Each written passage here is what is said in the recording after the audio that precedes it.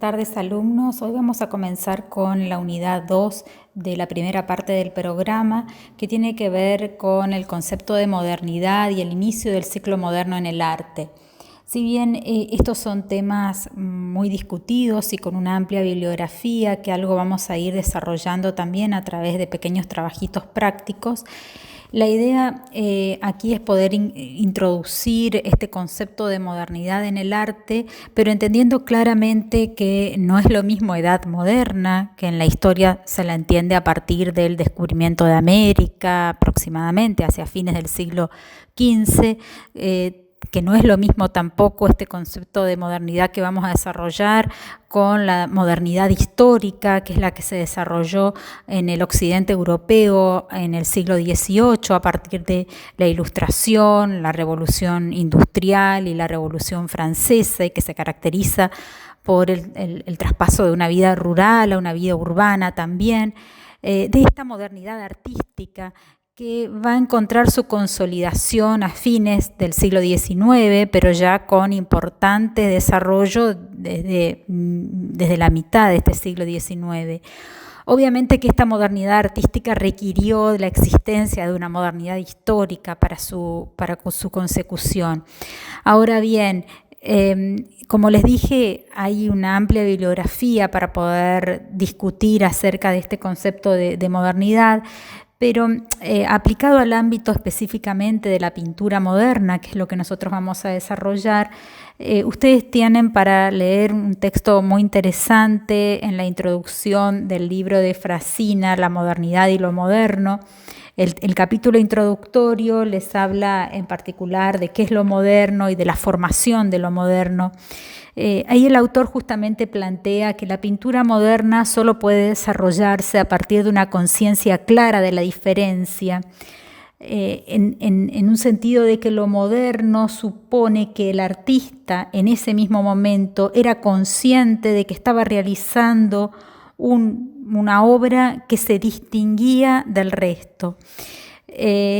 Para ello toman numerosos ejemplos, unos de ellos que ustedes pueden ver en esta introducción y que se basa particularmente a partir de la obra de Manet, porque quien fue considerado por muchos críticos y teóricos contemporáneos al mismo Manet como uno de los primeros artistas modernos. Solá, que fue un gran escritor y crítico de arte también, justamente consideraba a Manet como el primer artista moderno porque había sido el primer artista, según Solá, para quien el tema de representación de una obra de arte había pasado a ocupar un lugar secundario y por el contrario le daba más importancia a la representación, es decir, al lenguaje y a los caracteres pictóricos. En ese sentido, Solá estaba planteando que el lenguaje era independiente del tema. Y de este modo también lo está ubicando a Manet más allá del realismo al que el mismo Manet también había pertenecido, y también lo estaba distinguiendo de los otros artistas realistas como habían sido Courbet o Millet, que nosotros desarrollamos en la clase anterior, que justamente les interesaba mucho el tema social. Otro teórico y crítico de arte y escritor, obviamente, Charles Baudelaire, también decía que, o utilizaba el término modernidad para definir un sentimiento de diferencia con el pasado y para descubrir una particular identidad moderna. Esa identidad moderna que sin dudas estaba vinculada a una vida social moderna y urbana. Esta modernidad entonces no implica un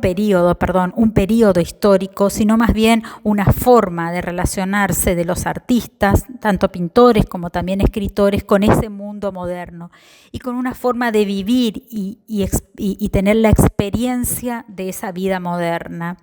Por eso es que, vuelvo a repetir, no podemos, si bien muchas veces la bibliografía menciona un periodo moderno, no podemos hablar de un periodo moderno como tal, sino de esa experiencia de la modernidad que algunos artistas asumieron, pero no todos, porque también en ese mismo momento seguían existiendo artistas que tenían muy buena presencia en los salones artísticos y que tenían una producción y una venta muy significativa y que continuaban con un lenguaje académico.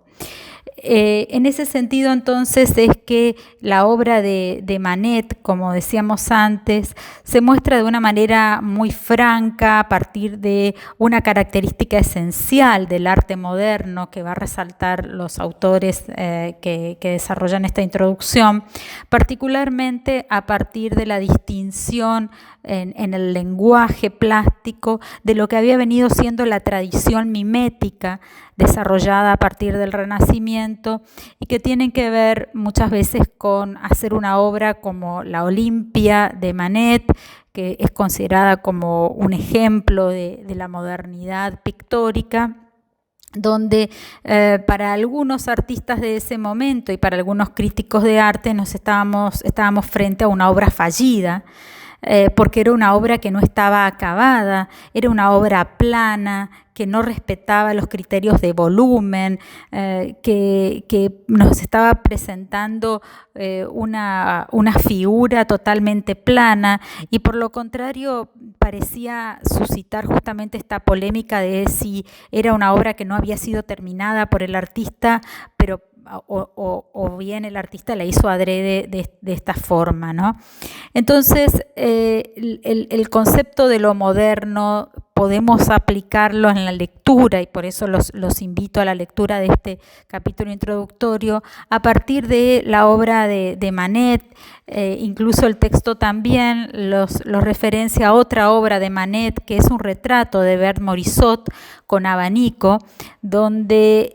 en este retrato el rostro de la mujer aparece deliberadamente tapado por un abanico. Con esto lo que el autor que analiza la obra está planteando es que el tema pasa a un lugar secundario, porque el retrato justamente lo que busca generalmente es mostrar el rostro del sujeto de la mujer retratada en este caso, pero que en realidad lo que Manet estaba trabajando o estaba experimentando tenía que ver con el lenguaje de las formas, con el lenguaje propiamente dicho, con las formas y no necesariamente con el tema que era retratar a Bert Morisot. Una artista que también integró todo este grupo que comienza en Francia a discutir las cuestiones respecto del lenguaje en la obra de arte.